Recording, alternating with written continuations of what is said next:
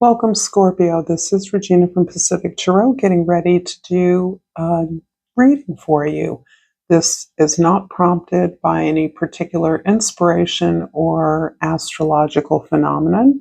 This really is an opportunity for Spirit to give a message that will hopefully be helpful to you. So, as often, I am starting with a couple of oracle cards, and I pulled for you, Scorpio, the Storm. And the Storm is probably the first card that I pulled when I began to use this deck again. And I think it's really poignant. So, I'm going to read from the book for this one. The other titles of this card are the Chaos, the Whirlwind, the Disorder. Possessing an energy much like Tarot's Tower card, the Storm undoes all that is. Everything that was solid, known, and relied upon is stripped away by the winds of fate.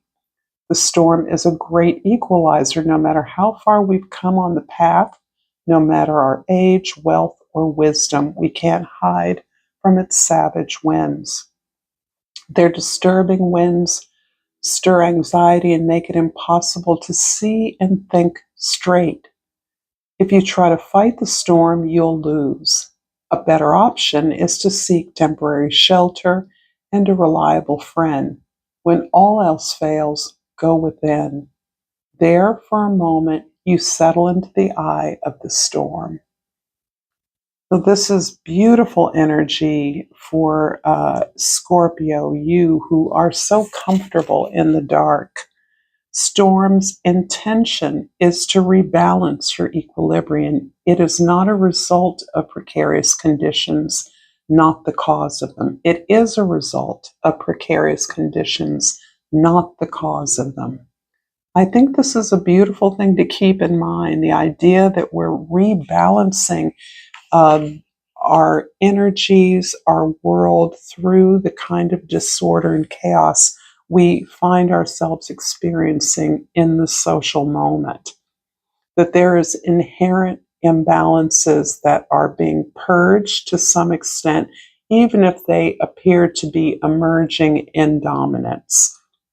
This is coupled with the owl, the wisdom card, number 28. 28 reduces to 10, 10 to a 1.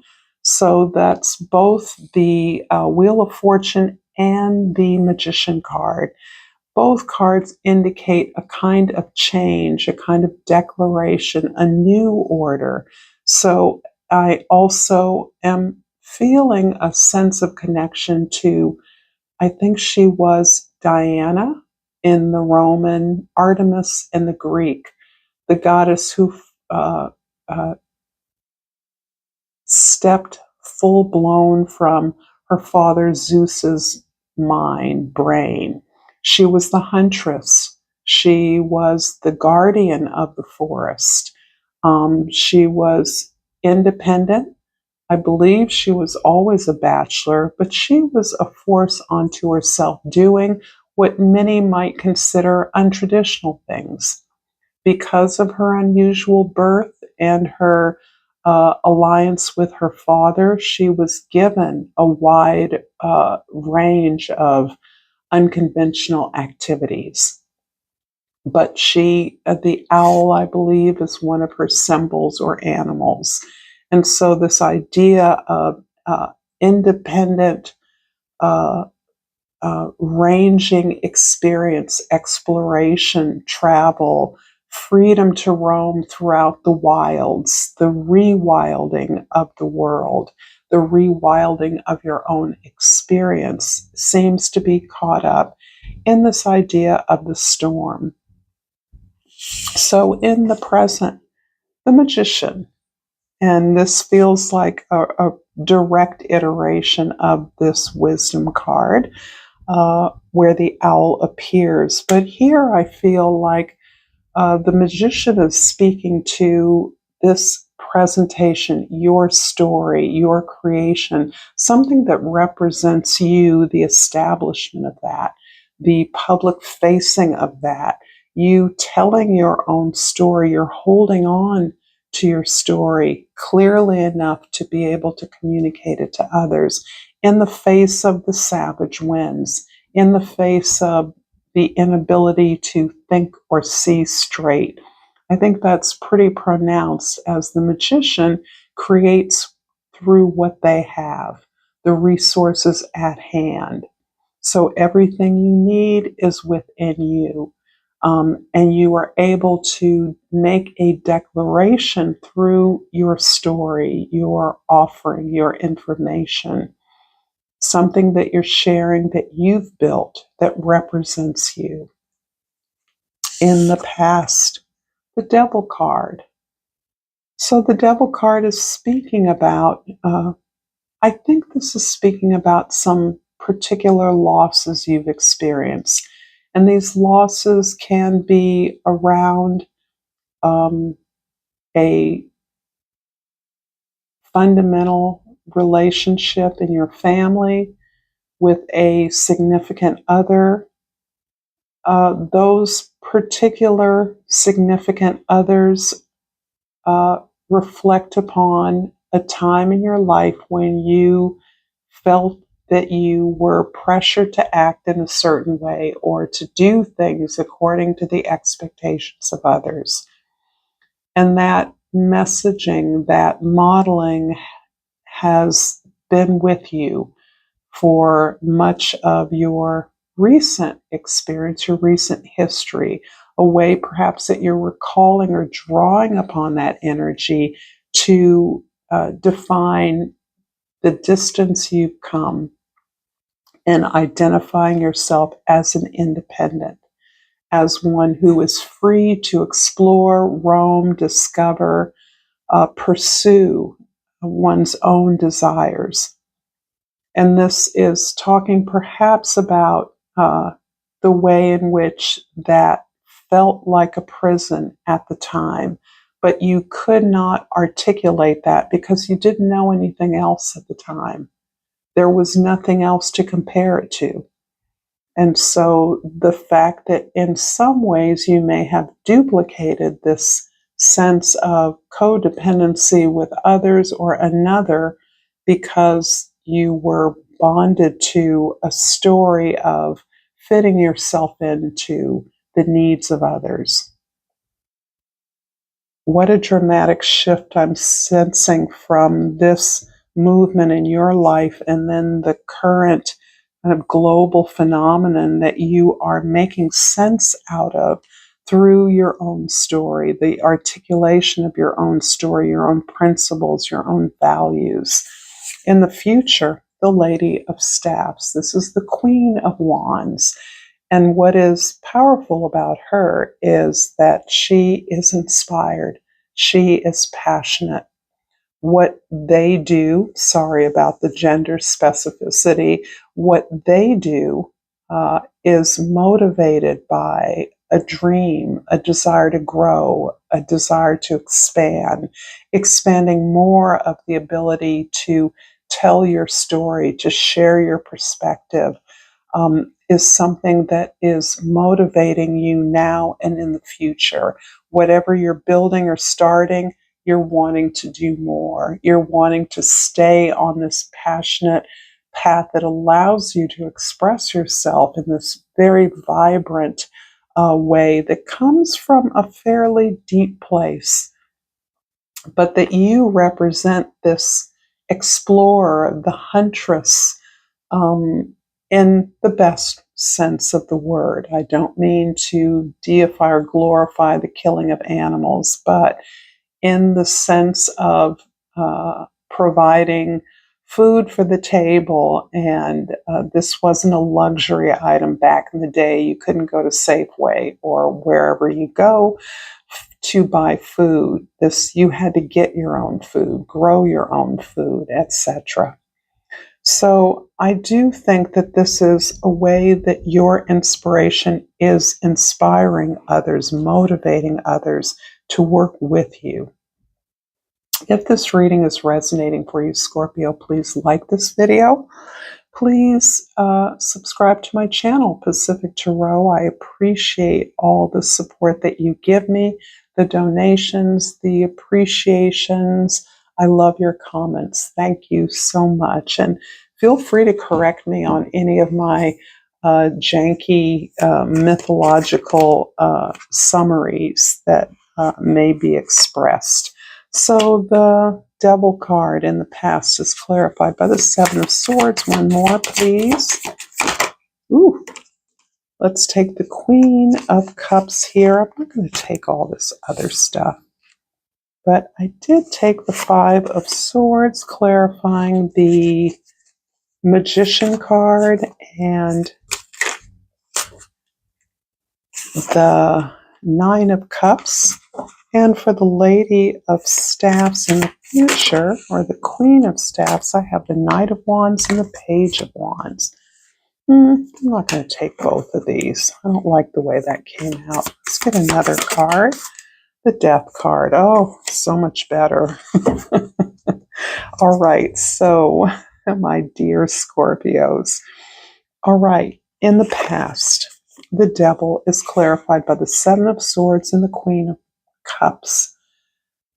There is some deep, deep compassion that you experienced in your coming of age, your family of origin, despite a strong sense of being conditioned in a very ordered and rigid way. There's a lot of love, there's a lot of desire to protect you, to build a life of happiness, of wholeness for you, even as you were limited to ways in which that was okay to achieve. The Seven of Swords is talking about all the ways in which your conditioning, the care and nurturing, the love you received, masked over real human concerns that became important to you. As you began to look for your way, define yourself, and look out into the world and recognize that these were questions or concerns that perhaps your family wasn't equipped to deal with, didn't have a position on, didn't know how to respond. So there's a real strong feeling of a loving support in your family, that what was the modesty of your home may have restricted a lot of material goods. However, there was more than enough love and warmth to make up for that. But there was limited exposure to a variety of ideas. And clearly, that's something that you have remedied in your life, in your present life. You are full of ideas. You eat and breathe, are supported by and fueled by ideas. And the Five of Swords talks about a lot of the blowback you've received for some of the ideas that you have clearly and unequivocally touted or stated. You are not shy about what you believe, although you are strategic. You're not foolish. You're not. I do believe that this has existed as a form of self-sabotage in the past. In other words, you have doubted yourself plenty. And along the way, because of the lack of models of maybe a rigorous scientific method, if you will, you have felt when in confrontation that you didn't know enough, or were told that you didn't know enough, were not enough, weren't smart enough, whatever it was. But ironically, you have learned to love this lane of your life. You have traded in ideas. It has given you emotional support and enjoyment. You delight in your imagination and the way that you can manipulate and sort through ideas, categorize ideas, and use them as ways of supporting emotional and human action towards a goal of safety, satisfaction, contentment. And this feels like your view of the world is very different from the view that was promoted perhaps by those who educated you, trained you, an idea of competition and strategy in choosing your lane, whereas your natural inclination is towards an expansion of your emotions and feelings, positive ones, but that this is a place to talk about all the aspects of your emotions, all of your emotions. Nothing is off the table for you. A venting or a vetting and venting of your feelings about experiences, ideas is to you the heart of your passion for what it is that you do. In the future, the Death card and the Knight of Wands, you're still growing. The exploring, discovering, expanding, growing is a second nature to you. You can't stop yourself. However, you are experiencing a phenomenal transformation through a combined action of making an offering to the world in a world that is so chaotic and at odds, so savage in its impact upon individuals, so stingy or unkind with the sharing of resources, observing others suffer mutely. This is not the world that you are regenerating. This is the world that you're actively seeing as dying, deconstructing before our eyes. And you are very aware that you can contribute no matter who or where you are and what you do, that you can contribute to a rebirth, which is what your articulation, your imaginative offering offers to the world. I'm going to finish this reading, Scorpio, with a language of flowers, and I have the agapanthus, words of love. Speak with your heart. Well, this couldn't be any more perfect for you, Scorpio. I am always so pleased to have this moment with you. And until next time, namaste.